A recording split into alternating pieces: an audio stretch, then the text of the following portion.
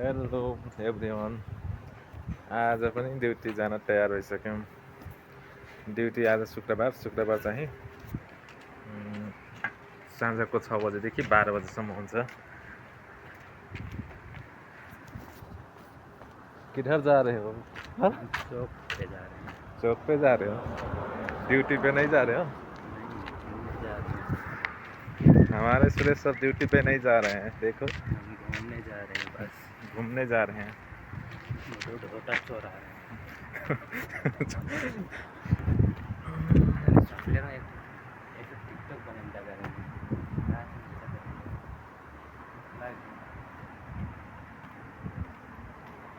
कब खींच दियो?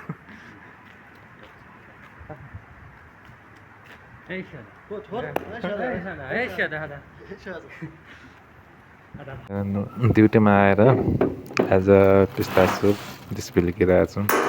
यो प्रमोसनमा छ अनि यस्तो बिग्छ दिमाग खराब गराएको थियो। पुरा 1 किलो 2 किलो 3 किलो लगिरहेको थियो। अनि यसमा पनि 2 किसिमको हुन्छ। अनि सानो छ टप, अनि त्यो सानो टपमा एकैछिनमा सिद्धिहाल्छ कि 3 किलो जति आउँछ। अनि 3 किलो लगिदियो भने चाहिँ एकैजनाले अनि सिद्धिहाल्यो। त्यही भएर शुक्रबार चाहिँ अलिक कस्टमर पनि धेरै हुन्छ। अनि के गर्नु, पिस्तासु अलिअलि खानु पनि पर्यो अनि डिस्प्ले पनि गर्नु पर्यो। डिस्प्ले चाहिँ 2 किसिमको गरिरहेको थियो। त्यही गर्दा ठिक्कै कस्टमर आयो अनि छोडेर फेरि डिस्प्ले। रातिको 12 बज्यो अनि आज पनि ड्युटी सकियो। रातिको ठिक्कै 12 बजे ड्युटी सकिन्छ। सब साथीहरू रुममा गइरहेछन्।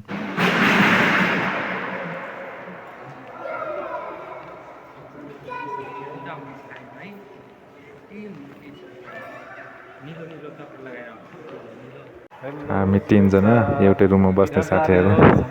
अनि 3 जनाको रातिको 12 बजे छुट्टी हुन्छ।